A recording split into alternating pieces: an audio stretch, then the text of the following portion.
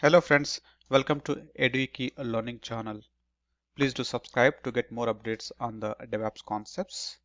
This video is part of the full course AWS DevOps Practitioner training. Please do check the description below to get the link for the complete full course. Without further delay, let's get into the video. Thank you. Let me open the architecture here. Okay, so if you look into the architecture, right, there are a lot of things, right? There are multiple AWS resources that we are creating, we are attaching, integrating, right?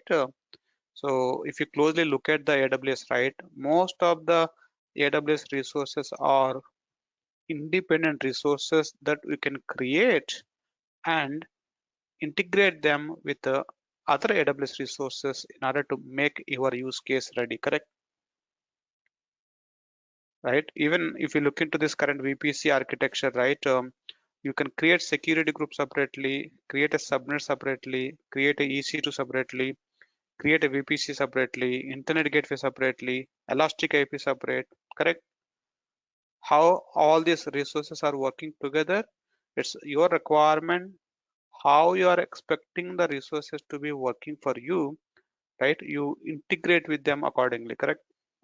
So based on the different customers use cases, right, it's up to them how they would like to create a architecture diagram, and accordingly they'll try to deploy it in a AWS and make the respective business use cases done, guys. So being said that, okay, so we are talking many resources, right, but uh, when I'm implementing the stuff on next upcoming lectures, let me put it that way, right? So I cannot follow all these best practices every time. I think I'm just trying to set the expectations here, guys. Let's say if you get into the real time, definitely there will be a VPC, there will be a private subnet, there will be a security enhancement, there will be a load balancer, auto scaling, everything will be in place. Because our goal is to have the our goal is to have the application which is a highly available, highly scalable, right, and highly secure as well, right? And all these things will be there. But when I'm discussing the further upcoming lectures, guys, I can't keep this entire architecture deployed each and every day. What I'm trying to, let's say now I'm going to discuss about one another new concept. I'll not go and keep VPC, transit gateway, VPC, NAT gateways, right, and the subnets. I'm not going to keep all these things, all these best practices, right, implemented in everyday sessions. Are we on the same page now? That means when I'm jumping onto the new topic, right, I will just go ahead and start creating one simple EC2 instance on the default VPC in a default public subnets with the default configuration. Like the day one, what we have talked about, how to create a server, right? Maybe I'll create a server in the same fashion in the upcoming lectures whenever I wanted to talk about some other different scenario. Hope you get me, right? Well, the only reason is I don't need to keep this NAT gateways, private subnet, load balancer in every session, right? So because to create them itself will take 20 minutes every day, right? We don't need to. We already understood the concept. We'll just go with the default EC2 server and we'll talk about further upcoming topics that we wanted to.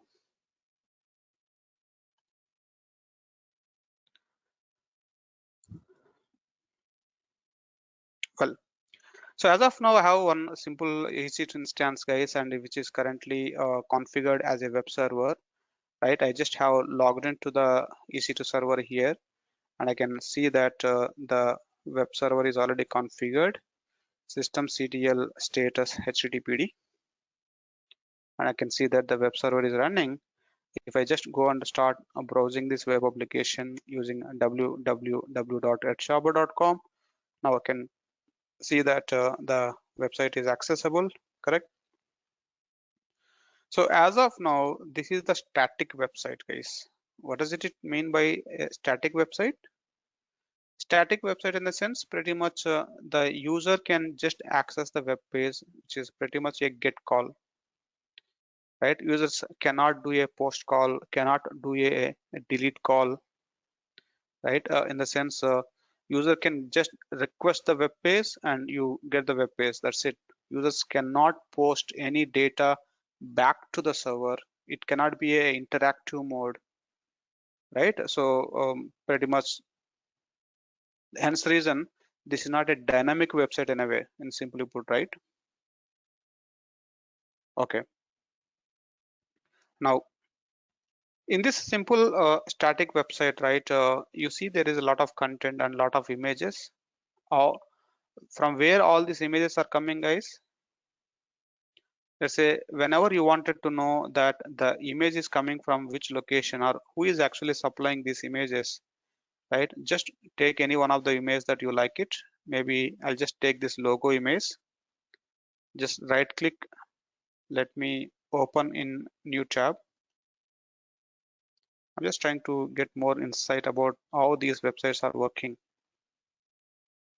Let me do right click, open image in the new tab, right? You see this guys, uh, can someone explain me on the chart window from where this image is coming, right?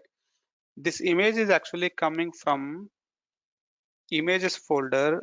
Under the images folder, there is a file like this, correct? So how do I understand this path? When I go to the EC2 server, right? If I go to the EC2 server, where exactly that file is there, guys, right? If I go to the EC2 server, the file should be in the var www.html, which is the default document root folder.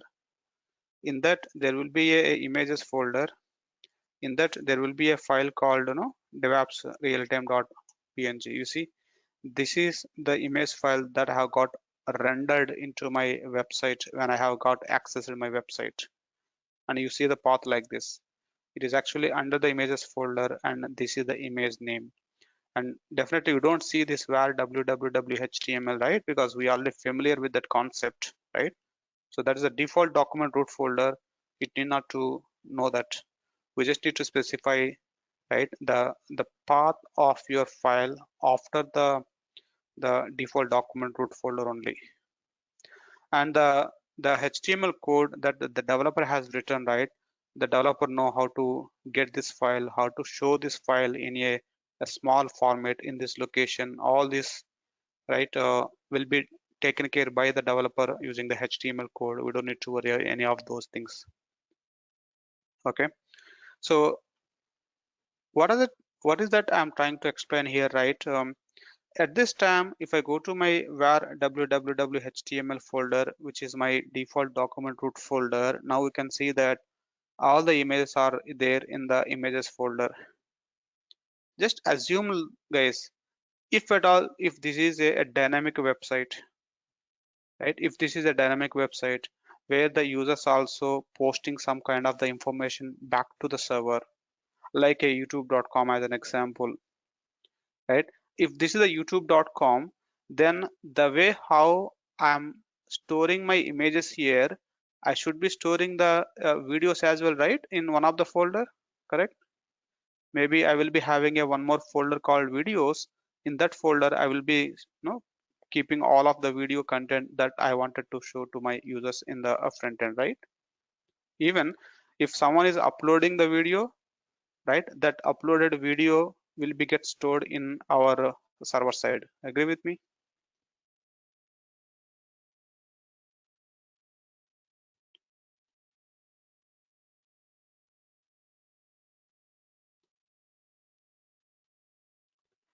Right? So what is that I'm trying to explain here is I'm trying to solve the problem that I see in the current scenario, and to solve those problems, I'm introducing one more AWS service called S3 here. So let me call out the problems one more time, right? Whenever I have configured my web server in your EC2 instance, as of today, the way how I configured, right? all the website related data will now be get stored in the corresponding EBS volume where it is got mounted on, correct? Whenever I say the website related data, it could be the website related code that you are keeping in the var www.html like index.html code, and it can be a application data like images, files, videos, etc. Right? So as of now, since I have the very basic static website that I have deployed, I can see only the images. But if at all this is the more like a real-time dynamic website, let's say, then definitely it will be having the corresponding files that the users can download, right? The videos that the users can play around, and the videos that the users are uploading, even I'll be keeping them in our document root folder, correct? If that is the case, now let me call out the challenges or the problems that I see here, guys. There are three major problems that I see in the current approach. Okay, the first problem is computing resources. In the sense, let's say the user is trying to play the video file. He is actually playing one of the video in the browser. The request will go to the web server, right? The web server is now responsible to transfer the file back to the user, then the user can play the video, right? So in order to transfer the file from the web server, it would need more computing resources, correct? It just need more processor, more memory, because it has to send the whole, maybe if your movie file which is getting played by the user, if the file itself is like 5 GB file, right? It has to spend a lot of compute in order to transfer that 5 GB file to the user.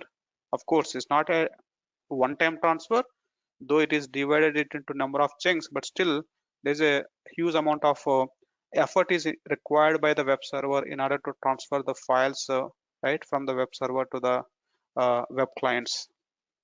As part of that, more computing will be required. The second thing, more network also required, correct? It has to spend a lot of network bandwidth in order to transfer the files, the media files especially, right? So obviously your web server performance will go down because it cannot handle the more media file transfer to the web clients with the small compute resources that you have. If you go for a higher compute resources, again it will be a billing. If you go for more network of servers, again that will be a high billing. The second part is the handling the IO part, right? Whenever the users are actually keep on accessing some media files especially, right? So more number of inputs and output operations will be performing on the web server each time the user is trying to get a file or trying to upload the file, right? If it is a static website, definitely it is not that much load on the server, right? But think of like it is a dynamic website where the users are actually handling with more of the media content. Then I'm just trying to talk about that kind of the scenario. The third one, which is more important and more biggest problem here, is estimating the EBS volume size, guys. Let's say if this is a dynamic website like a youtube.com, right? Is there any control, guys, that you can define how many number of people can access my website and how much content that the users can upload? Not really, right? Anyone can just go to my website, can register a account, and can keep on uploading the videos. All the videos that the users are uploading, definitely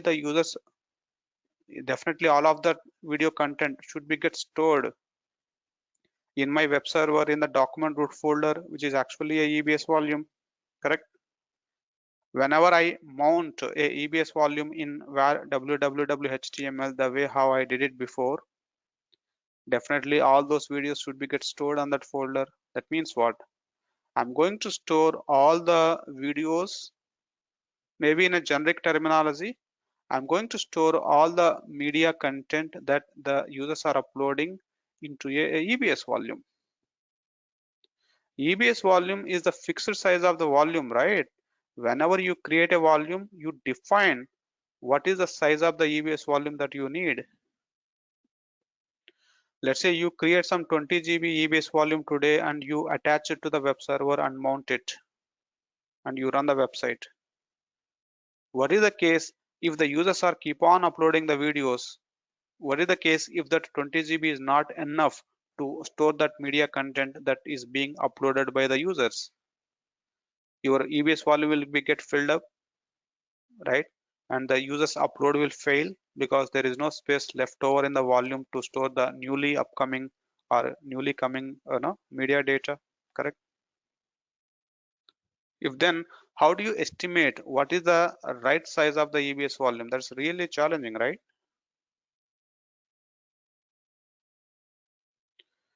Correct, because we don't know or we can't control basically how much data that can be uploaded by the end users, because this is a public facing website and users are keep on uploading some data, and our EBS volumes are not having enough capacity. Sometimes if you create a EBS volume with a higher capacity, let's say 2 dB, right? What is the case if no one is uploading the data and you unnecessarily created a 2 dB of volume and you are paying more, and maybe you don't have that much of data because no one is accessing your website. What does it mean, right? So the EBS volume is not a pay as you go service, right? If you take the volume, you have to pay for the volume no matter whether you really store the data or not, right? So that's the biggest thing. So how do you decide what will be the EBS volume size that will be? If this is a static website, it's very easy to decide what will be my EBS volume size because you know exactly how much data that you are keeping in the server. But if it is a dynamic website where the users are uploading the data, it's very typical to decide the EBS volume. So where possible, right? So rather keeping this type of the media content, especially the images, videos, or any data which is in the form of a file, okay? Any data which is in the form of a file, rather keeping that file in the web server in the EBS volume, it's better to keep that content in the S3. S3 is the simple storage service which is offered by the AWS, which is the cloud-based storage solution.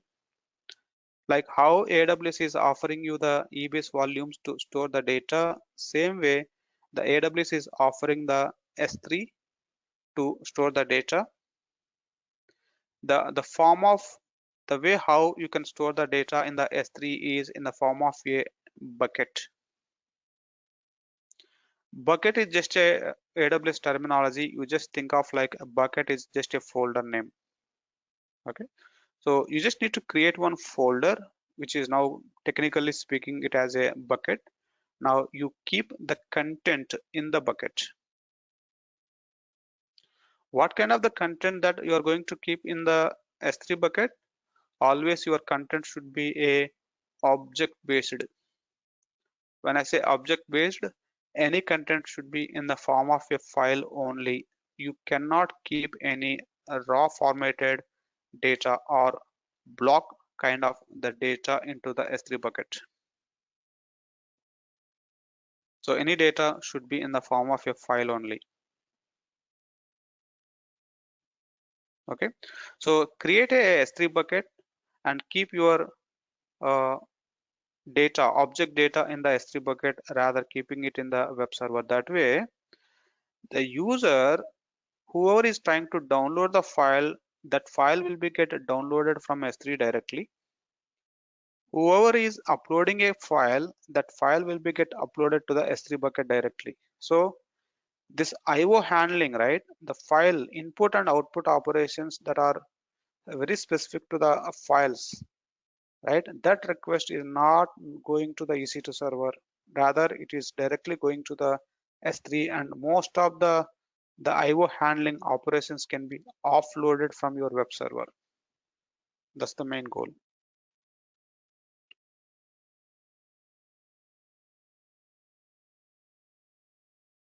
Right? So S3 is the object-based storage solution, and S3 can accept the request on HTTPS protocol directly, so that the web clients can send a request to the S3 directly to get a file. It need not to take the help of the web server also. As I said that the S3 is the storage space or the AWS cloud, but S3 is only for object-based storage. That means you need to keep the data in the form of a file only. You cannot use S3 as a block type of the storage. You all familiar, right? EBS volume is the block type of the storage. What does it mean by the block storage? You can format a space and create a structure by yourself and mount it as a file system. Then you start storing the data. That is called as a block type of storage. Here S3 is not a block type. It is just a object base. You just start uploading your files over there. Just to understand, the S3 is exactly like your Google Drive. You all know, right, what is mean by the Google Drive. Just go to Google Drive, just start uploading your data in a form of a file. That's it. You keep it there.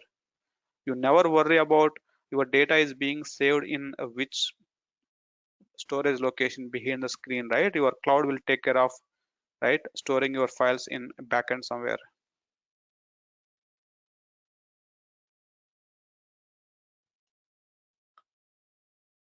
Right?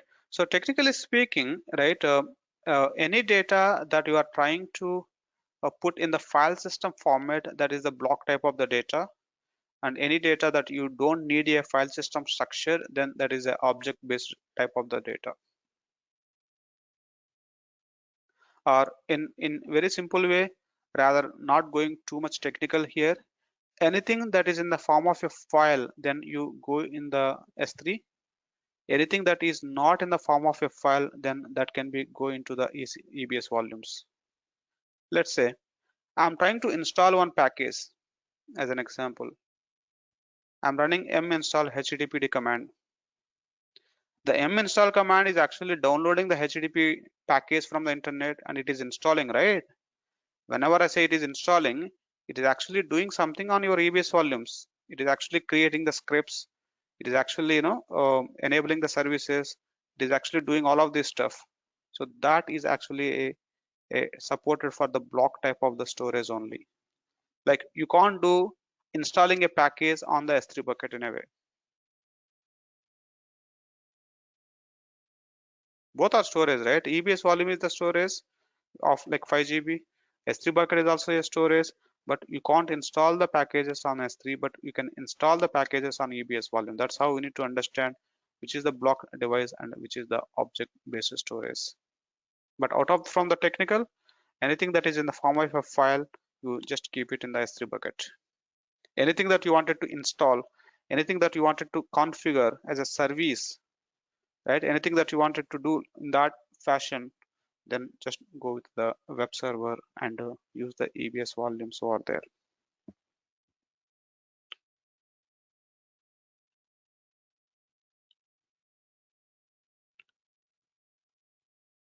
That means when you're configuring your web server, you ensure that the application data is not in the web server itself.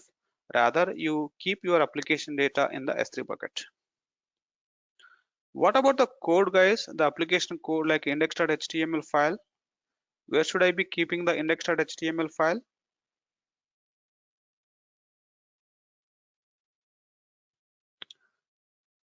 If you look into this scenario, right, right, of course, if you want, you can keep the index.html file also in the S3 bucket, but I'm just trying to focus on differentiating the scenarios, right? As a best practice, right, you keep only the business specific data which is in the form of a file in the S3 bucket. Anything that is related to the code, anything that is related to a service, right, anything that you wanted to install, that all will go into the web server, which is your EBS volume.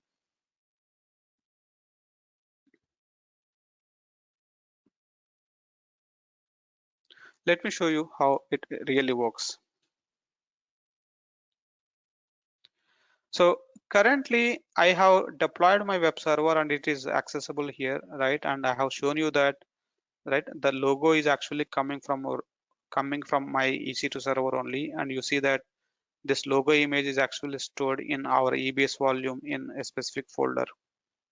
Now what I'll show you is this particular logo image, rather me keeping in my EBS volume directly, I wanted to keep this image in the S3 bucket, and I wanted to get it from the S3 directly, not from the server level. Are we good with that statement? That way I will show you exactly how I'm going to keep my media content in the S3 bucket, not on the EC2 server. In the EC2 server, I'm going to keep only the code. What is it mean by the code? Like I'll keep my index.html or anything in the form of a code, right? Only the code related files will be there on the web server. Anything that is in the form of a file content which I wanted to serve to the user, that I will keep it in my S3 bucket. To start accessing the S3 bucket, just go and start searching for S3 service.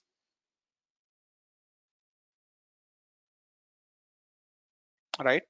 So this is the S3 dashboard, guys, and currently there are 7 buckets are there in my account. I think let me do some cleanup. I don't want these buckets which were used previously. Maybe I'll do the cleanup later. It has some steps to do, right? So for now, let me create my own bucket. Okay. So the moment when you want to use S3 to keep your data, you just need to click on create a bucket and specify that the data that you wanted to store in the S3, that data should be get stored in which region. Select the region from the drop down in which region you are expecting your data should be get stored. You can't decide the availability zone here. You can decide or you can choose only the region, guys. Then AWS will take care of automatically to store your data in the corresponding availability zones. Right, and just select the bucket type. So the general purpose is fine. So this directory new, right? This is introduced very recently, maybe a month or 2 months back. So don't worry about that. So just go with the general purpose bucket and the bucket name. The bucket name must be a unique, you guys. That means the bucket name that you are going to create should not be used by anyone else in AWS. Not about your account, right? This account, the bucket name is unique across the world or across the AWS accounts. Okay. So that's the reason always it's a good idea to create a bucket with your organization name so that no one will have the same organization, right? So that's how your bucket name will become a unique queue. Maybe your organization name or your website name, something like this. Let's say this is at shopper website data, something like this, right? And just scroll down. Let it be all other defaults for now. Don't worry any of these defaults. Just go and click on create a bucket.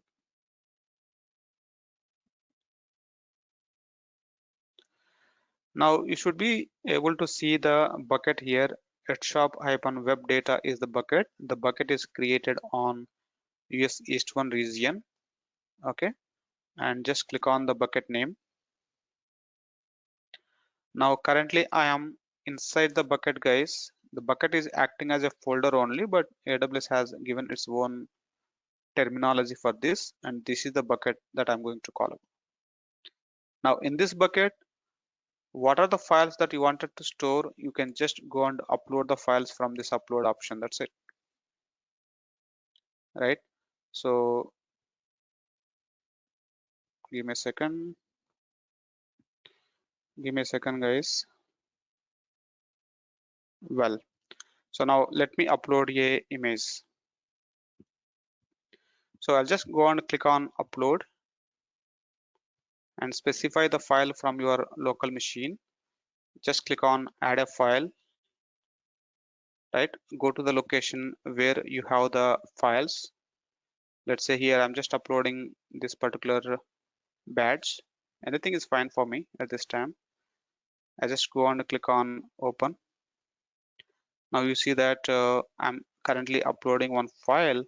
The file type is image and it has so on size, right? And I'm uploading this file to this particular S3 bucket.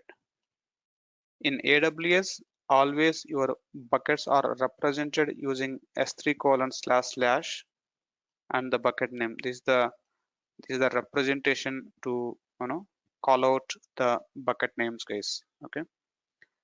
Now just click on upload. If you remember, if you closely observe this, guys, at the time of me created a S3 bucket, I did not choose any size, correct? I just have said that, hey, I need a S3 bucket, my data to be get stored in so region. That's it. You did not say any S3 bucket size. That means when you create a bucket, the bucket will be created with the 0 size. Later on, whenever you start uploading the files, automatically your bucket size will be get expanded. If you upload some 1 GB file, your bucket size will go to 1 GB. If you keep 10 GB file, your bucket go to 10 GB. Whenever you delete a file, again the bucket size will be shrink.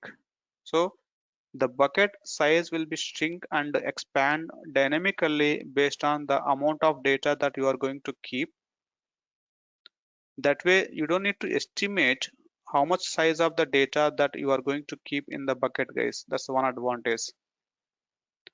The second advantage, how much data that you are keeping in the S3 bucket, you need to pay correspondingly to the AWS. You don't need to pay anything extra. If you are keeping 1 GB, you pay for 1 GB. If you are keeping 10 GB data, you pay for 10 GB. Not like EBS volume. You don't need to reserve any capacity upfront. So S3 is the pay-as-you-go service model. So it's more convenient to keep any data which is in the form of a file format, right? So you upload the file, just click on close here. Now you see that the file is uploaded here. If you click on the file, in a way from the S3 language perspective, guys, anything that you uploaded here, rather me calling it as a file, right? From S3 language perspective, we call it as an object. That means I have just uploaded one object to my S3 bucket. And now if I click on the object name, we'll get a lot of object related metadata information. Okay. So this object metadata information, if you closely look at, right, somewhere you can see object URL. When you upload a object, automatically the object URL will be defined for you, and this object URL is to serve the content on HTTPS protocol. Now the image that you uploaded, the object that you uploaded, this object is available to use or available for accessing on HTTPS protocol using this URL, guys. If I take this object URL and go to the browser and start accessing this object, if I go to the browser, you see this, I'm sending the request to this bucket. This is the bucket name, correct? I'm sending to this bucket. The bucket is actually a S3 service, S3 resource. It is actually a Amazon AWS.com related services, and the object name is so and so. I'm sending the request on port number 443 using HTTPS protocol. That is how the object URL is constructed for you automatically. Just take this HTTPS endpoint of your object and try to access this image from the HTTPS protocol. Hit enter. That is how the web clients are directly sending the request to your S3 bucket to get a file. Currently, the request that I'm sending from this public browser, right? This is the public request. And you see that the access is denied, which is proving that Of course, the S3 bucket, whenever you upload a object, the object is getting prepared with the object URL, the HTTPS endpoint, which will be used for public users can access the file. But this particular object is currently a private object, which is not exposed to the public internet, which is not allowed to use by the public directly, guys. That's where you can see it as a access denied. If you want to make your image to be publicly accessible, then you go and change the permission of your object and make it to a public availability. Getting my point? So the reason is, whenever you upload a object to the S3 bucket, you can decide your object should be a public or should be a private. If your object is a public facing, then this object can be accessible by the public internet using the public browsers by sending to the HTTPS protocol. If your object is a private, then this object will not be accessible by the public internet, but it will be accessible only within AWS by supplying the AWS credentials only. That's the difference between public and the private.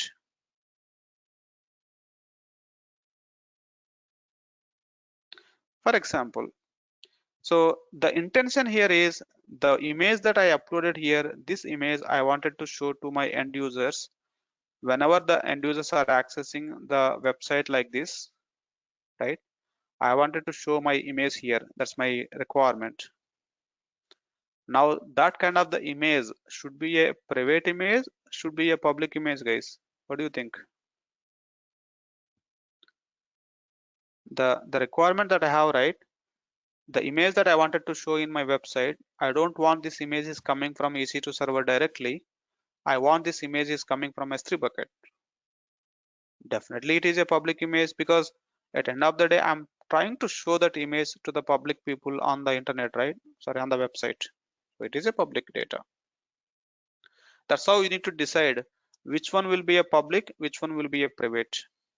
For now, the image that I uploaded is definitely a public image, but default, when you upload a file, it will be a private. If you want to make this as a public, you go and change the permissions. Even at the time of you are creating a bucket, when I go back to the bucket tab here, guys, you see, when you created a bucket,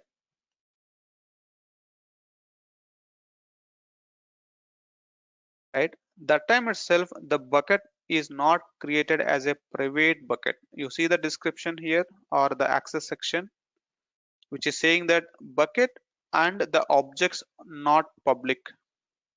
What it is proving, that means whenever you create any S3 bucket, by default the buckets are private. By default all the objects inside the bucket are also private.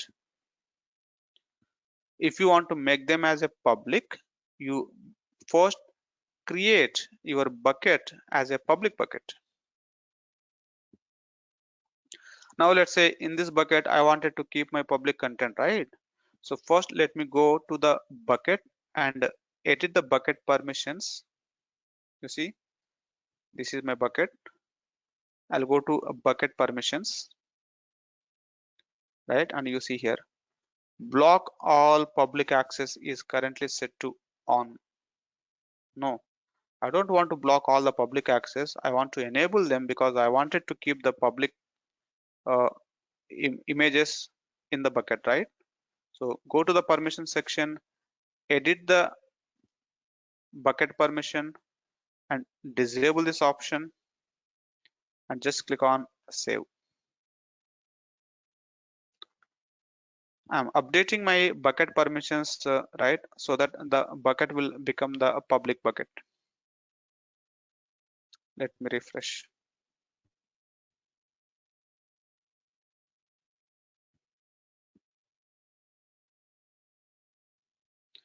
Now you see that the access objects can be public. What does it mean by objects can be public, guys? Now my bucket is the public bucket. Inside the public bucket, I can keep the objects. The objects can be public, objects can be private. Getting me? If your bucket is public, is not mean that all the objects inside the bucket should be a public only. No. If you want, you can keep the private as well. Right? Now, if I go to the bucket again, you see this bucket. If you see the description says the objects can be public. If you go inside the bucket, now you see your object. Your object is still a private object, guys. It says the object can be public. That means if you want your object to be publicly available, you go and change the permission of your object. Click on the object name, go to the object permissions, right, and edit them.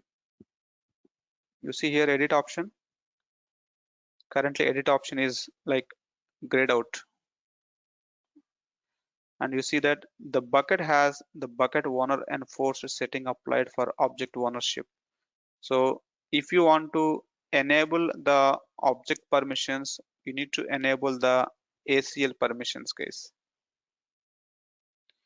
Access control list ACL is the object level permissions which will allow you to edit the object permissions. The object can be public or private, whatever it is. Let me go and enable the ACL as well. The ACL permission has to be enabled at a public, the bucket level. Let me go to bucket one more time. Right, let me go to permissions one more time. Let me see the option. You see here somewhere.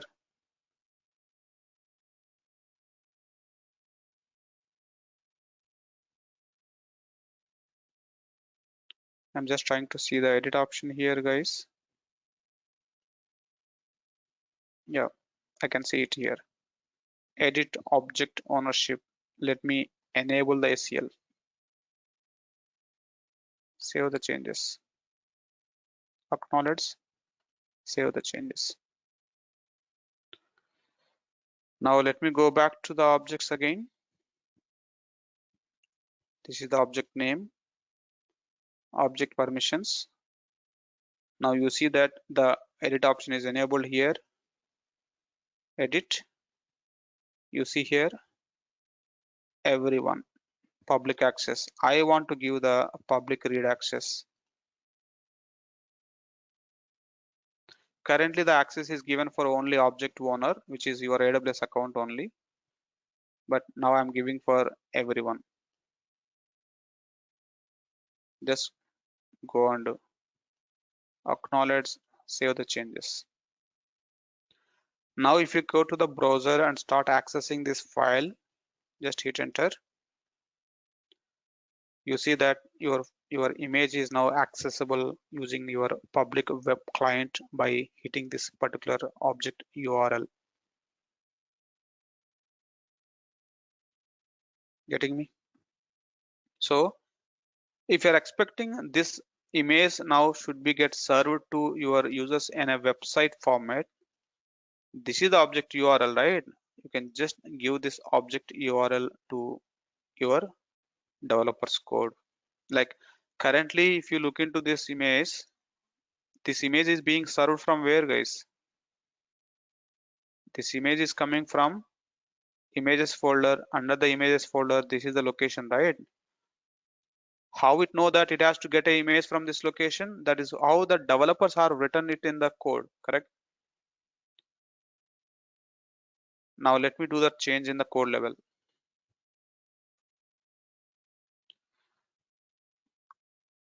I'm just opening index.html file, which is actually having the code, but I'm showing all this exercise. Just you guys will understand that how a image come from the S3 bucket and that image can be rendered it into a website. But you don't need to worry about how to edit the code, how to modify the code. That is actually done by the web developers. It's not our role in real time as well. But I'm doing this web developer job as well now to explain you how it actually works. But we don't need to worry how the developers will take care of, how the developers will mention this S3 image informations in their code. We don't need to look at any of this. For now, just to show you how it works, I'm just trying to edit this code, guys.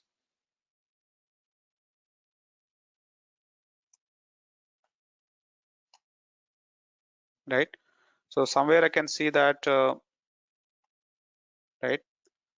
Somewhere I can see here, right. It is telling that, hey, the image is available in the images folder. In the images folder, this is the image name, right? Now I'm telling that, hey, don't get the image from the images folder. Rather, you get it from here. You see, I'm just updating my image which is there in the S3 bucket. This is my object URL, right? I'm just modifying my code to get a image from the S3, not from the local. That's it. Let me save it. Now, if I come back to my website and just do a simple refresh here, you see that the logos section here, now it is actually updated with a different image. From where this image is coming, guys?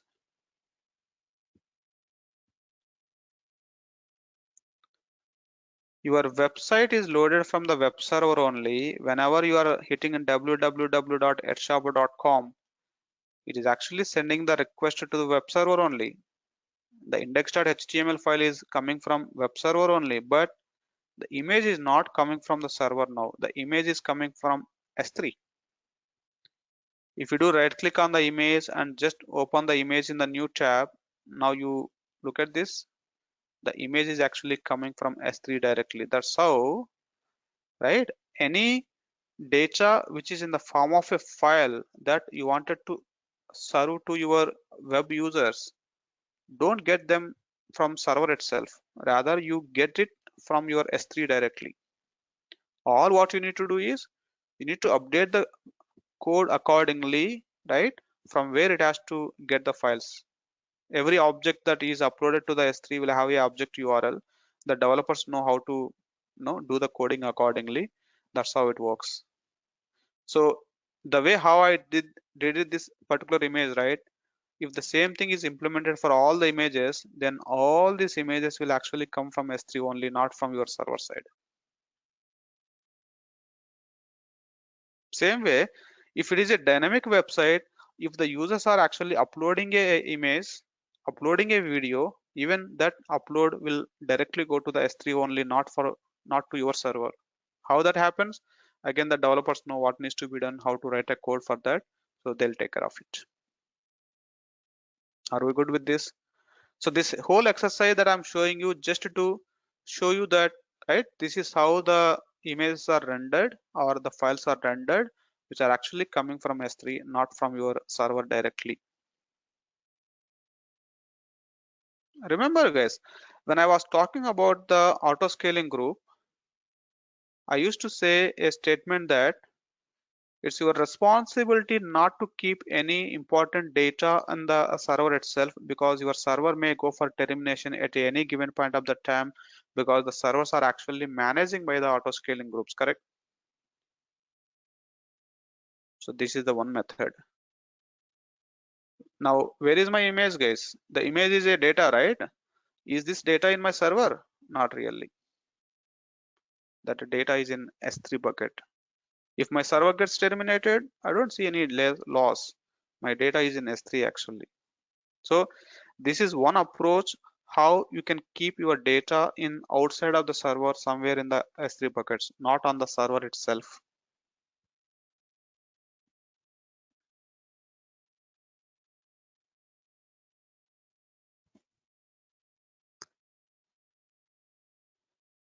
Good to know. Now, if your object is a public object, then it will be accessible over HTTPS protocol from the web clients directly. if your object is private, for example, right? If it is a private object, how will you get an object access? How will you download the file, or how will you access a file which is a private? Help me guys. What does it mean by the private? I'll go back to S3 again. Right? Let's say this is a private file as an example. How to access this private file? What is private? Private in the sense, if you want to access the file, you have to supply the username and password. That is what it mean by the private, right? Agree with me? As of now, the public, whoever want to access this file, they are not supplying any username password. They're directly getting this file. When I say private, you have to provide a username and the password, then only you get the file. That is called as a private. So whenever you are supplying the credentials to access a file, you all know, right? It can be two ways. One, AWS console, that is where you log in to the AWS console by supplying the username and password, and you go to the S3, you go to the file, which file that you wanted to access, then you just go and download the file. That's how you can get a file. You see my file is downloaded. So if this is a private file, I can access the private file by supplying the credentials. Here I just logged into my AWS account and I'm able to download a file. Same way, if you want to access this file programmatically, remember, we can access the AWS two different ways, right? One is console, one is programmatic way. So if you want to use this file programmatically, then you need to use the S3 URI. You see, if you go inside the object, every object will have a S3 URI. The S3 URI is the URL that you need to use to access this file programmatically.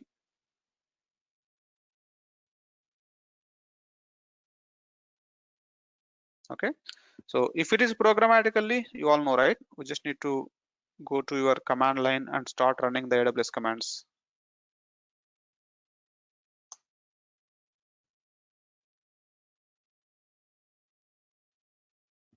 Maybe AWS S3 LS.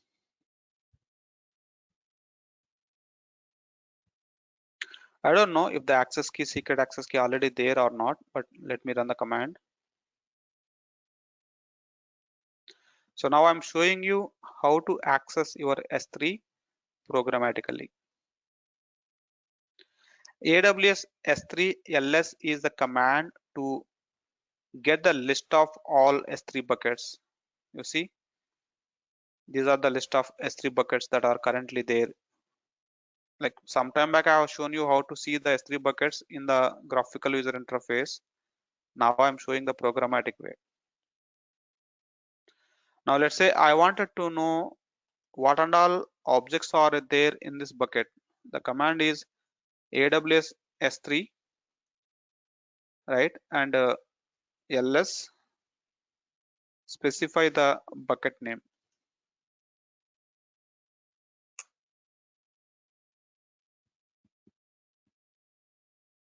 You see, this is always the syntax case, s3 colon slash slash and the bucket name. This is how we need to represent the bucket name. Now you see inside this bucket there is a file. This is the file name. If you want to download this file, the command will be like this: AWS S3 service, copy the file. This is the source. Inside the bucket, this is the file that I wanted to download. This is exactly the S3 URI that I have shown you some time back. This one, path, same thing. Space, then the destination where you wanted to copy the file. You just go with a dot. That means I want to download this file to my current location. Hit enter. Now the file will be get downloaded from your S3 bucket to your current working directory in your local. If you want to upload a file, AWS S3 CP. There is a file in my current location that I wanted to upload to the bucket and specify the bucket name. That is how you need to upload a file as well. Done. This is the programmatic way. The same commands you can even run from your EC2 server as well, correct? You all know, right?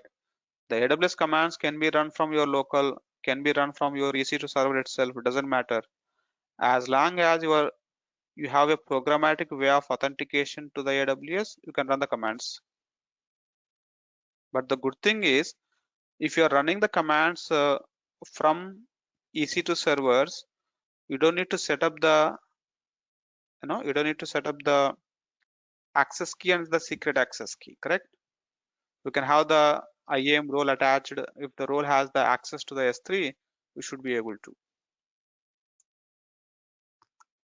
Let's say you see from the EC2 server, the command is not working. Why? There are no access key and secret access key set up. Sorry, the role is already attached, but that does not have a permission. Let me show you that.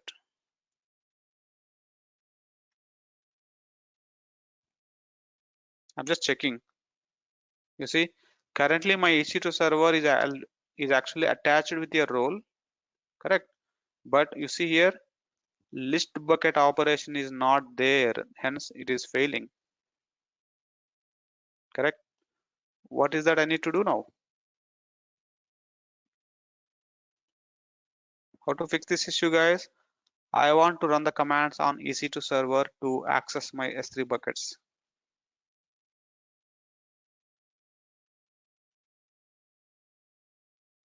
I'm just showing a programmatic way how we can access the files.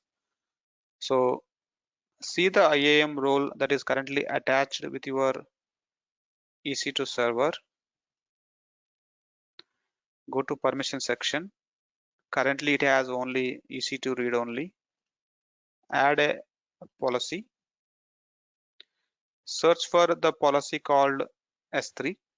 You see, I'm just giving Amazon S3 a full access policy. Now the policy is attached. Go back to the EC2 server again. Now let me run the AWS S3 ls command. Now it is working. You may be asking me now, why do I need the programmatic access in my EC2 server? What is the purpose that I need to run this AWS commands to connect it to the S3 bucket? One use case is like this.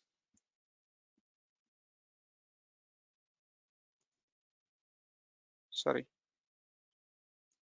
If I go to var log HTTPD, remember guys, Apache web server logs are actually generated in these log files, right? In real time, sometimes there will be a situation where I wanted to keep this log file in S3 bucket. All these log files, I wanted it to be in my S3 bucket. So I can run AWS S3 CP, specify the bucket name. What is the bucket name, guys? This is the bucket name. Okay, this is the bucket name. So let me specify the file.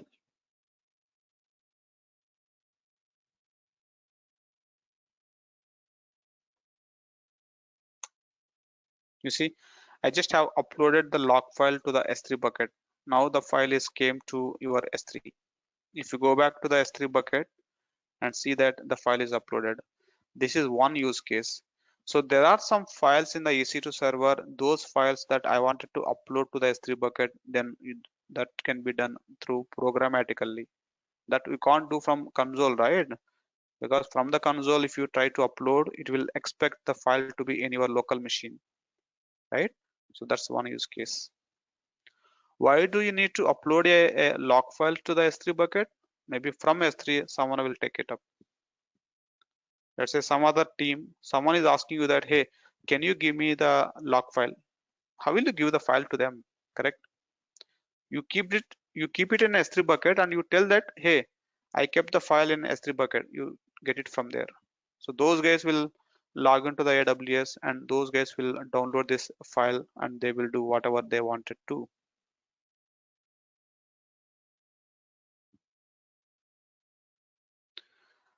If you slowly understand the concept, guys, at least today, S3 is the bucket to keep the files. That's it. But why I'm spending a lot of time now? This is where I'm trying to brainstorm the use cases, the purpose, and what kind of the problems that the bucket is solving for us. Correct? Or else I can say in simple word that hey, S3 is the bucket where I can keep some files, store the files there. No, I'm just showing the use cases and what and all scenarios this is helping for me to improvise my web server architecture, guys. Now the question for you, I just have uploaded a log file here. Is this the public file or a private file? Should I give the public access to this file, log file? No, right? That is where you need to understand from the business perspective which files can be a public, which files can be a private. Accordingly, you need to manage the permissions, guys, in real time too. So this is not a public file. This is a private file which we need to use internally within our teams for any troubleshooting or any other reasons, which is not supposed to give to my users, right, in a public internet space. So the business will decide which buckets will be a public, which buckets will be a private, which object can be a public, which object can be a private, all these scenarios.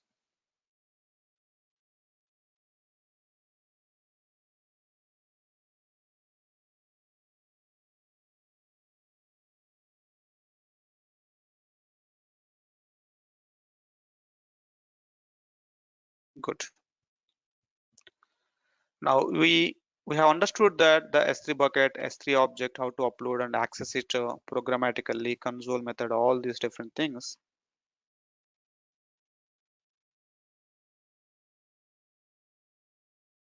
If you get to the real time, your job is just to understand what is S3, how to create a buckets, how to manage the permissions. That is good enough. What kind of the data will be there in the S3 bucket and how the data will be used by our developers, you don't need to worry. Developers know how to upload the content, how to download the content to show to their web users based on their coding, guys. We really never worry about the content inside the S3 buckets.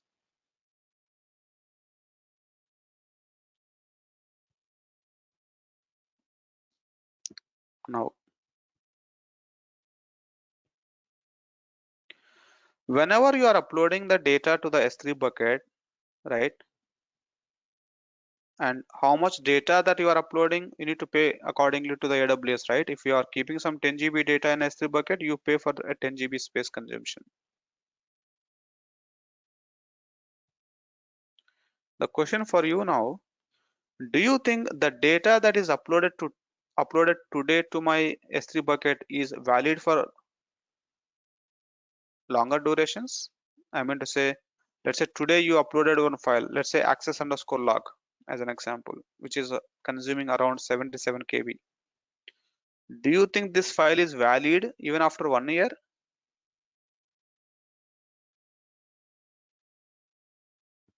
Not really, right? Not really.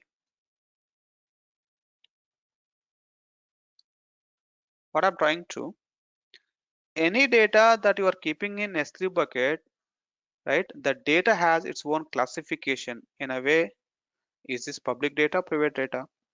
In a way, is this important file or a unimportant file? In a way, right? How long this file is important? All these different things that we need to understand, guys. Correct? Just to give one other statement, sometimes hey, it's very important file, please keep it secure in my S3 bucket. After 1 month, hey, I don't need that file, just go and delete it. Possible, right?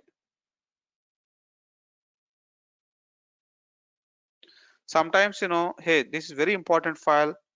After 1 month, hey, okay, not that much important. After 1 year, hey, I don't need the file at all, please delete it. That means the importance of the file will keep changing on the time basis.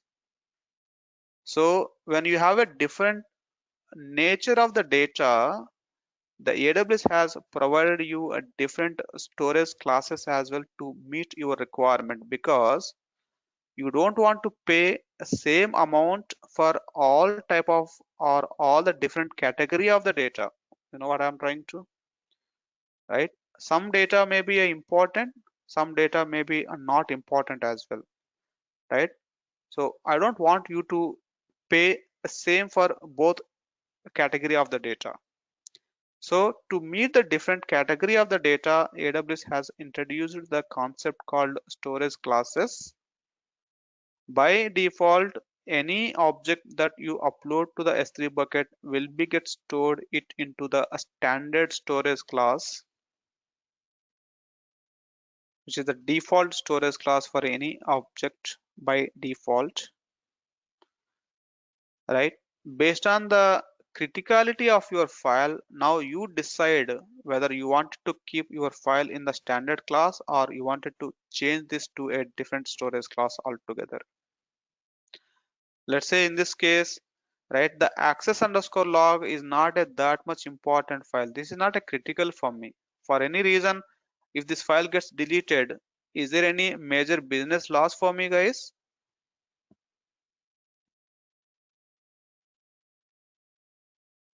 Yes or no? There is no loss, right? Loss in the sense, if this file gets deleted, is there any impact to my users who is accessing my website?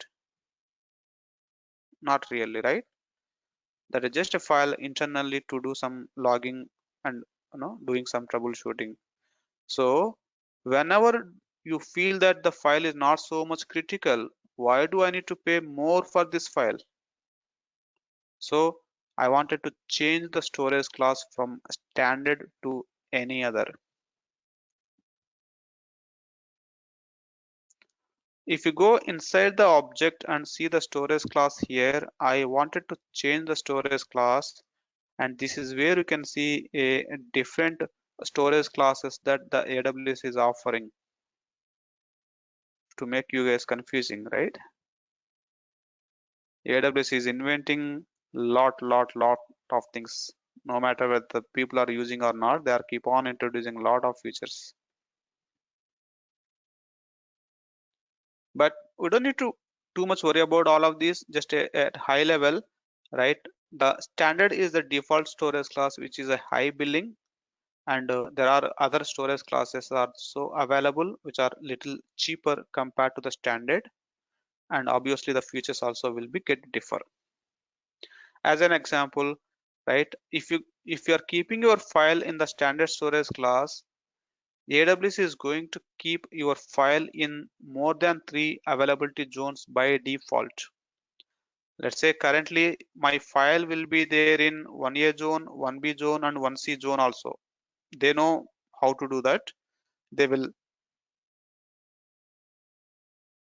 replicate your file to across 3 different zones, so that for any reason, if one zone is failed, your data is still safe, because your file is still there in the other 2 availability zones. That's how they will ensure the high availability of your data by replicating it into multiple zones. Hence, the standard storage class is way expensive.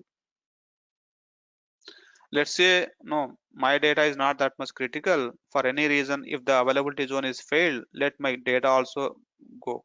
I don't worry. Then you go for one zone IA, right? And you see here one. That means your data will be there in only one zone. If the zone gets corrupted for any reason, your data is also lost. You decide how you want it to be, right?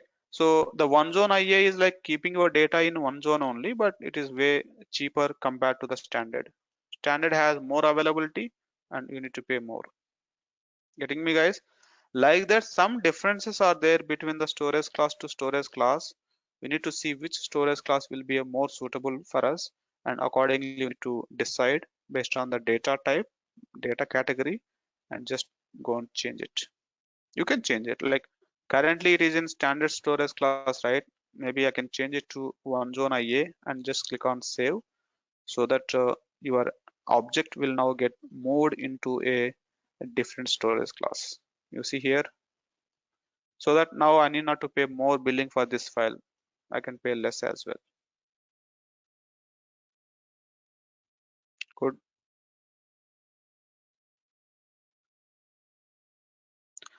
But sometimes what will happen, right? Uh, Upfront, if you know that the file is not critical, directly you go and choose the storage class whichever you wanted to. But sometimes what will happen, today the file is very critical for me. After a month of time, no, that is not a critical. So for 1 month, I wanted to keep my file in the standard storage class because that is a critical time. After that, I wanted to move my file to one zone IA because after a month, this is not a critical file for me. So if you have that kind of the requirement, I can't go and change the type to a different storage class manually after a month, right? That has to be automated, right? So to do that, you can actually do a life cycle rule configuration. Go to bucket management and just click on create a life cycle rule. At high level, I want to apply the rule for all the buckets, sorry, all the objects, right? And let me show you this. Move the current objects to different storage classes. You see, I want to move the file to standard IA after 30 days. I want to move the file to one zone IA after 60 days, right? Even I want to delete a file automatically after some time. Select the expiry as well. And you see now, let's say, where is the delete guys here? Let's say after 365 days, the file itself has to be deleted. Maybe I don't need the file at all after 1 year.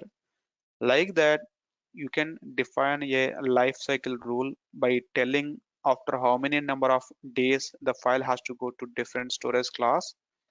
This is only for minimizing the billing part, no other reason guys, because these storage classes are way cheaper compared to the standard. So I don't want the file to be in standard for longer duration. So just move the file to different storage classes. Whenever you feel that the file will not be important after some number of days, just go and choose all these different things and just click on a create a rule. That will go and create a rule, and your file will be keep on moving to different storage classes after this many number of days based on the things that what we have said here.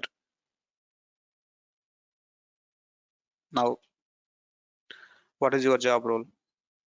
In real time, most likely your manager or someone whoever is responsible on the business side will tell you, hey engineer, this is a file. Can you set a lifecycle rule? And this is how I am expecting. After this many number of days, my file should go to a different storage class. Can you do this for me? Your responsibility to define these rules based on whatever you get the requirement from the business, because the business people know exactly, right, when the file to be get removed, when the file is not important, right? They will tell you, just follow their rules and set this accordingly.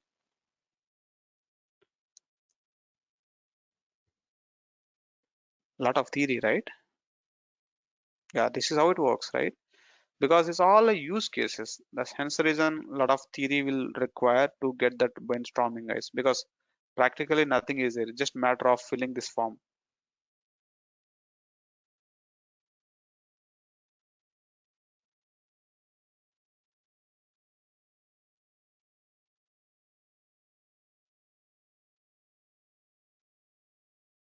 Well, I'm not creating any rule for now. I don't need to.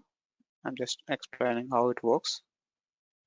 Also, S3 having some minimal knowledge is also fine. We don't need to worry in deeper and deeper.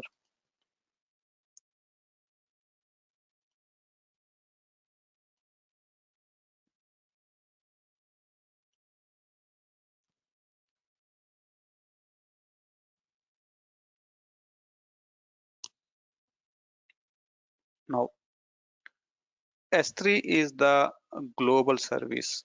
You see here, if you look into the region selection here, yeah, all the regions are grayed out and it is showing it as a global. What does it mean by S3 is the global?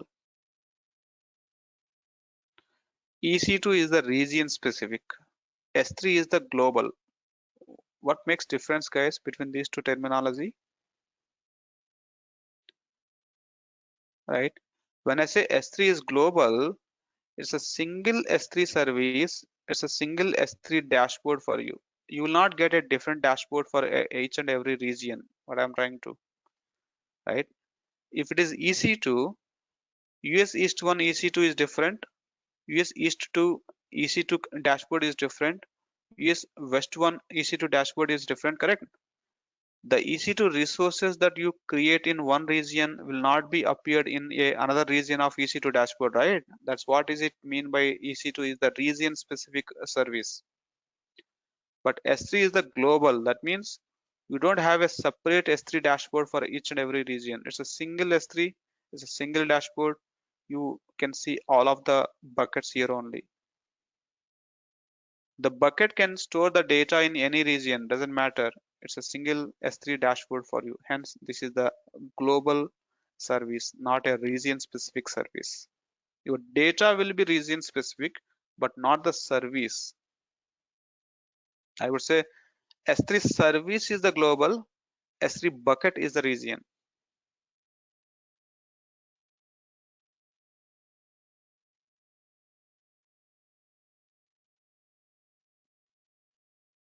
Of course, we need to go statement by statement, right, in order to understand all of this to avoid the confusions,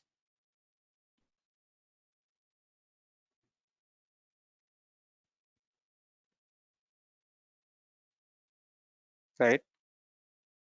As I see it in the chat window, global means can be accessed from any region. Not really. Where are you selecting the region first of all? There is no region. Global means you access it as one single dashboard per account. For your account, there is only one service, one dashboard, not a region specific. No, the region itself is not selected here. Route 53 is a region specific. Sorry, Route 53 is the global. S3 is the global. VPC is the region specific. EC2 is the region specific. That's how we need to understand.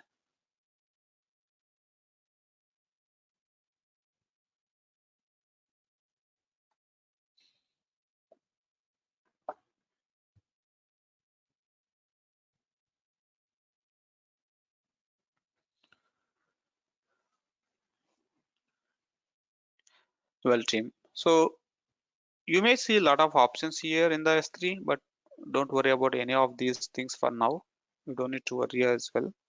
Whatever I talked about today in S3, right? It's good enough to understand what is S3, how, and what kind of the problem that the S3 is solving. It's good enough, guys. Okay. So I think I'm good for today, right? With this bunch of theory. If any questions, do let me know, or else we are good.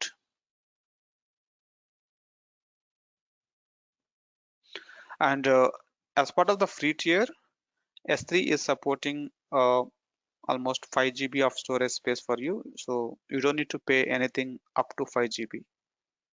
I'm sure you will never keep 5 GB of data in the buckets, right? As part of the practice. So, so you will not be billed.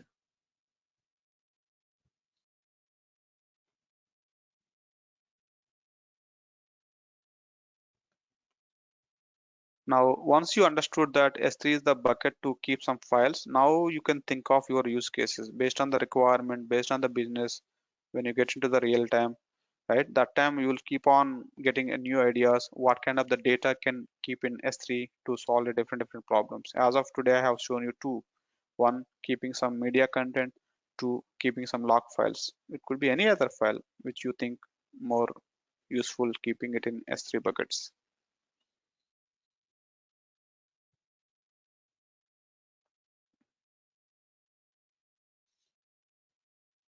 right? So I think it's a good question looking into the chart window, right? If you come back to your this dashboard again, right? Slowly, I'm actually offloading the data from my web server, right? Now you see, I'm not keeping any data in the web server. I'm keeping it in S3 bucket. What is that will be there in EBS volumes? EBS volumes are just to keep your operating system. EBS volumes are just to have any softwares to be installed. Like the service has to be running in the web server only, right? Like in my case, the Apache web server. The Apache web server software has to be installed. The Apache web server service has to be started on listening on port number 80. The service must be installed. So most likely in the web server, we use only the root volume. We maintain the operating system. We maintain the services. We make it up and running and accessible to the users. Any data that needs to be, all the data will be outside of the server like S3 bucket. There are few more database solutions that I'm going to discuss further. So all those database solutions will help you to keep the data, but in the server it is just a root volume with some services are up and running. We don't use any additional EBS volumes to store the data itself until unless there is a specific reason why it is. So there are some scenarios where we use additional EBS volumes to keep the data. Whenever you think that it's not possible to keep the data outside of my server like a S3 bucket or somewhere else due to the nature of the business for any reason, then you need to use your EBS volume.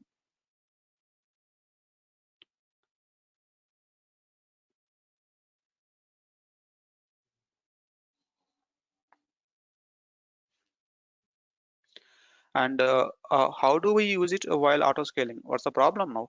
Because in my auto scaling, I just need a code, right? So ensure that in the launch template, you are actually loading your code, HTML code. You download the code from various sources, wherever the developer says.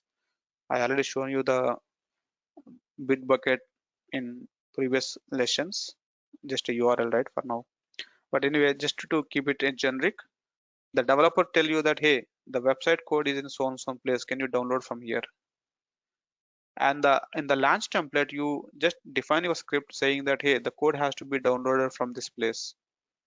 So the launch template will take care of downloading the code and keeping it in the var www HTML. That's enough, right, for me. All what I need in my web server is your HTML code and the service. That's it. Your website is up. The data will come from S3 as of today, correct?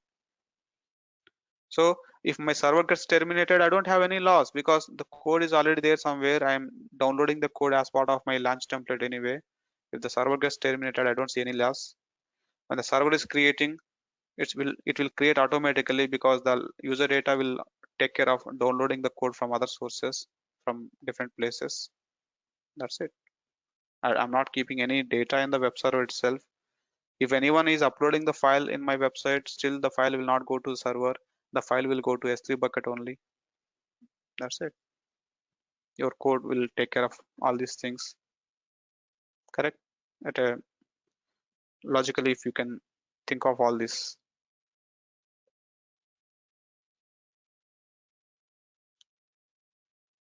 Uh, Hi, PR Surishma this side. Yes, please. Like accessing the code from S3 is fine. Like there are few scenarios, as you said, where we will be using EBS volumes. Like how we'll be using them while auto scaling, like from the EBS.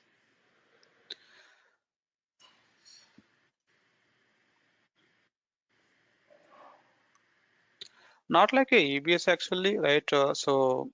We should not bring the EBS volume in the discussion. So we just use the terminology called in the web server itself. Of course, at the end of the day, the data will be in EBS only, but just for explanation purpose, we'll call it as a web server. Now, the in upcoming lessons, I'll talk about where the code will be and how to get a code. But for now, let's say this is where your code is available, right? So this is where I'm keeping my code. Okay.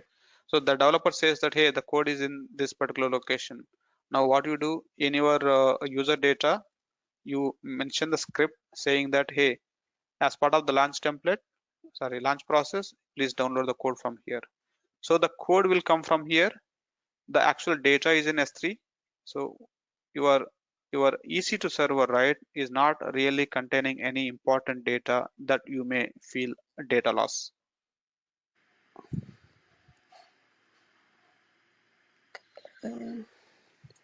Even sometimes the code can be in S3 bucket as well if you want to. So let's say I'm keeping my code in S3 bucket, and in the user data you mention that, hey, as part of the launch process, please download the code from S3 bucket. So it will get a file from S3 bucket, and your web server will be configured, website is up and running, and that's it. Even the data also, it is going to keep it in S3 bucket only. But it's not advisable to keep the code in S3 bucket.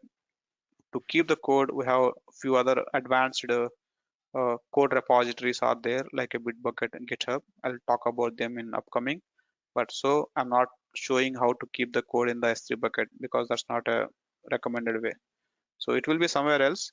So that code will be downloaded as part of your user data script, and your server will be configured accordingly, because all I need in my web server is code.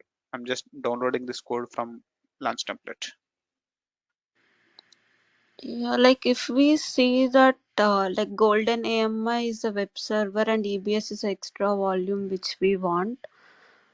Now you don't want, right? So I don't want the additional extra EBS volume once I offload my data from web server to the S3 buckets. I'm not keeping any website data in my web server now. I'm only keeping the code. So pretty much I even don't need any additional EBS volume as well. The root volume is also enough for me because I'm just keeping only the code. I'm not keeping any business data. Okay, so in real time we don't use EBS volumes.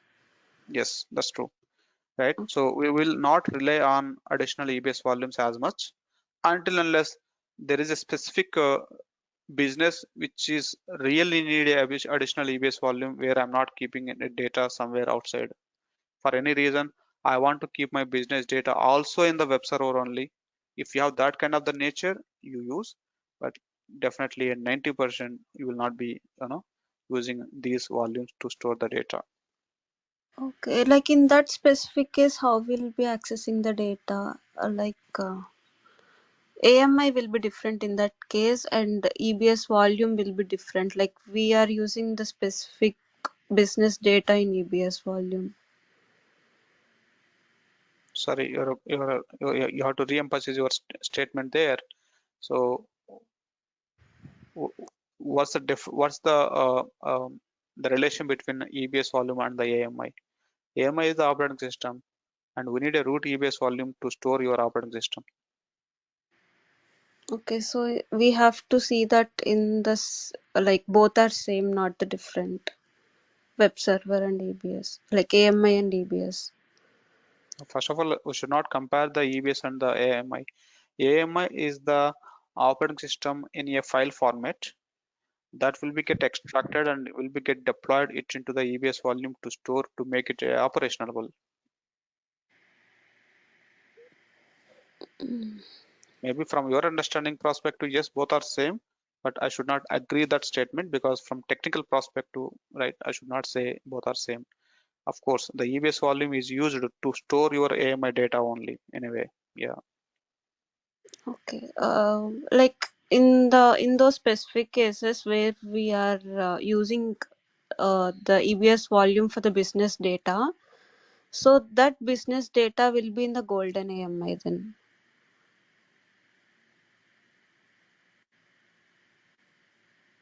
Maybe I'm getting confused. I don't know. Like I didn't get clarity in this. So this is your golden AMI. Okay. Since I'm done with today concepts, guys, I'm just proceeding with this discussion. Right. This is the golden AMI, which is a operating system in image format, and now I need a EC2 server. Right. In this EC2 server, I have got a EBS volume, which is now called as a root EBS volume. This root EBS volume is currently attached to this EC2 server. When you are creating this EC2 server, you need to tell that my EC2 server should be get deployed using which operating system. You just tell that, hey, can you deploy using this golden AMI? This golden AMI is actually a single file. Assume like this is just a linux.os. This is just one file, okay? This single file is in the image format. This single file will be taken, that file will be get extracted, that file related content will now be get stored in your root EBS volume in the file system format, like a //us or whatever it is. That's how your golden AMI data will now be get deployed it into the root EBS volume. From the root EBS volume, your EC2 server is up and running. Once the EC2 is running, once your golden AMI is extracted and deployed it into the root EBS volume, then it don't need to use this uh, the AMI. So your EC2 server will now start running from your root EBS volume, because your root EBS volume is already loaded with your golden AMI content in a different way or different pattern, however it like to. Okay, so as a part of auto scaling, when the EC2 server gets terminated or when the new one is created, the root EBS gets created automatically. Of course, yes, right. Every time Then, when you deploy the EC2 server, automatically the root EBS volume will be created, and root EBS volume content will be get created with the help of the golden AMI that you defined. So each time when the server gets created, your golden AMI content will be get loaded into the root EBS volume. okay, then where do we store the business data? Like the root EBS gets created freshly, like the new EBS will be created every time. If you want the business data has to be stored, then you need to keep your business data in the additional EBS volume, a different EBS volume, and you just attach this to your EC2 server as well to a specific location. So the next time when the server gets recreated, only the EC2 server, that means your root EBS volume will be recreated, your server will be recreated with the help of the golden AMI. Your business data that you wanted to keep should be in a separate volume. That volume has to be remounted it into a new server which is gets created. That's the reason if you are actually planning to use your EC2 server as part of the auto scaling, then you should not use this additional external EBS volume to store the data, because your auto scaling will not take care of using this no, additional EBS volume automatically. I mean Okay. to say, so this is the general concept, but let's say currently this EC2 server is managing by the auto scaling. What will happen, right? Whenever auto scaling has terminated this server and creating a new server, what will happen is, right, the auto scaling will actually terminate this whole server, Mm. and Yes. your additional EBS volume will be get unmounted or detached, and your root EBS volume will be get deleted completely, right, and your Mm. server also gone, but Mm. the additional EBS volume will still be available to you, because that's not a root volume. Only the root volume will be get deleted by default. Okay, so your server is gone, root volume is gone. This is the current situation. Once the server is terminated, your business data still safe, it is in a different EBS volume. Okay, when Yes. the auto scaling is recreating a server, right, the server will be recreated with the help of the golden AMI, right, Mm. and your server will come up, but your additional volume will not be get mounted into the server automatically, because that's not a part of auto scaling group. Auto scaling will just take care of replacing the server with the help of the golden AMI, and the root volume will come in. So if at all you are using the additional EBS volumes to your servers, whereas the servers are managing by the auto scaling group, it's your responsibility to mount this volume manually to your server once the server is created by the auto scaling group. Hence the reason it's not advisable to use a additional volume. So especially if you are servers are being managed by the auto scaling. Still, if you want to, then you either, once the server is created, right, you go and attach the volume to the server and go to the operating system level and mount it manually, or you do some kind of automation by using Python to or Ansible to make this automated to mount it into the new server which is getting created by the auto scaling group. Hence the reason, to avoid all of this, rather I just avoid this. I don't want to use any additional volumes to store my business data. Rather, let me try to see if I can store the data somewhere outside like S3 bucket or any other database solutions that I have. Something like this. Okay. Yeah, I have understood. Like, if we are using any automating process like Ansible, like you have mentioned few for mounting it to the EC2, then will it mount to like the maximum number of servers? Like, will it be able to mount to all the servers which got created? Well, so that's where it's your use case, how you want it to, right? If at all you are actually using the auto scaling solution and you are expecting that the auto scaling is actually scaling up your application like that, right? And that's where you get into the real situation now. I have the client here who is actually accessing my website, right? And technically, whenever, sorry, right? Whenever the client is accessing the website, the request may come to first server, may come to second server, may come to third server. In all the three cases, the website should be same for my client, correct? Yes. How that is possible now if you are having your customized data kept into the additional EBS volume? Not possible. If I have the EBS volume where you are keeping your business data here, right? And if this volume is getting mounted into one volume, one server, we already know that the EBS volume cannot be mounted Mm, it into multiple servers at the same time, especially the GP2 volumes. okay. So you cannot mount this volume to all these three servers. Not possible. Hence, this architecture will become a wrong architecture, Mm, right? So that's the reason, if at all you are expecting the data to be in an additional EBS volume, then you can't do the scaling operation. First of all, I can't use the multiple servers like this in this scenario, right? You have to stick with at least one server only. Don't go with this kind of multiple servers because all the servers are not having the same data access. So that's what it is. If you still wanted to achieve, it's your responsibility. Auto scaling will not worry about it. It's your responsibility to ensure that this data is being accessible by all the three servers. How you do?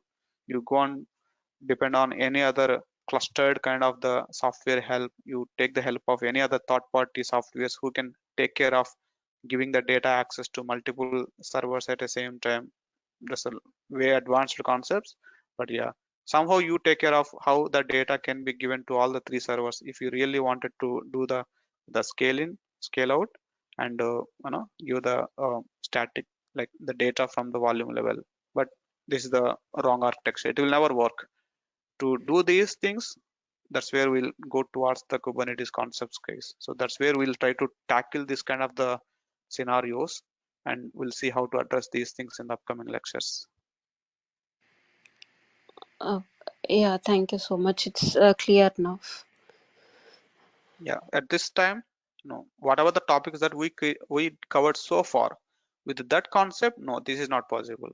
Having one additional EBS volume and I wanted to scale like this, no, not possible, because the volume cannot be mounted on all the three servers. No, that's the reason this is the one limitation, right? To overcome this, that's where we are going to the upcoming lectures for enhancing the things. Yeah, I have understood. Thank you so much. And one other note here, if your EBS volume is right, if your EBS volume is IO type, IO2, there are different types, right? GB2, IO2, whatever it is. So if it is a IO2 volume, right, like provisioned IOPS EBS volume, the AWS will allow to mount the single volume to multiple servers. That's possible. Okay, just to repeat, if the EBS volume is of provisioned IOPS type, it is possible to attach a single volume to multiple servers at the same time, provided, okay, provided the web server software that you have in your server side, whichever the web server software that you are running on the server, okay, whichever the web server software that you are running on the server, that web server should have the intelligence to understand that this data is being accessible by multiple servers at the same time. Now, the software that is running in the EC2 server, these softwares should be get collaborative each other to know how to access the data. In the sense, this software should support to have the shared data access case. It's way advanced, but I'm just giving, just I see a question in the chat window, right? That means though your volume is supported to mount on all the servers, is not mean that it will work. No, your services should support for that. That means if your services are supported for the single volume being used by multiple servers, then the services will coordinate. This service says that, hey, currently I am actually writing the data. Both guys don't write it. Then this guy will say that, hey, currently I am writing the data. You other two guys don't write the data. Got me what I'm trying to? Because all the three servers are actually using the same file, same content, same disk. What is the case if all the three guys are actually trying to write the data at the same time to the same file? The data will be get corrupted. Think of like, right? If there is a single object that is being shared for three people, it's a three people's coordination now, right? Who can go and use the object at the same time at a given point of the time, right? So these three guys should coordinate each other, and hey, now I'm using the object. Other two guys don't use it. It will go and use it. Once the task is done, it will release the lock and it will tell that, hey, I'm done. You guys can go and use it. That's how this software should coordinate it. If your software is not well matured for that, then there is no use of mounting your volume into three servers. Got me? So the web server, the Apache web server that I'm using as of today is not well matured for that. And I can't use a single volume for three servers. Though you mount it, there is no use. Which softwares are well matured for that kind of the application? Those softwares are called as a clustered applications. If your application is a clustered application, then that is the matured application. In that scenario, yes, it is possible. One volume can be mounted into three servers, and tell to your clustered application that, hey, this is a shared volume. Others also using. You coordinate with other servers. There's a lot of clustered configuration to make that happen. Yes, kind of NFS and other things. But don't worry, we will not be using those clustered applications in real time. We will not use that because we have Kubernetes, right? Since we have Kubernetes, we are not going to use all these scenarios in real time exactly because Kubernetes is solving all these problems in a different way. Thank you, thank you, team. So yeah, I think whatever I talked about is part of the questionnaire, guys. So whoever don't understand it can ignore this, not an worry. Okay. I just talked about these advanced things after my general topic only. Okay, just for your information. Thank you. Thank you, team. So we're good for today then. So we'll catch up tomorrow. Thank you.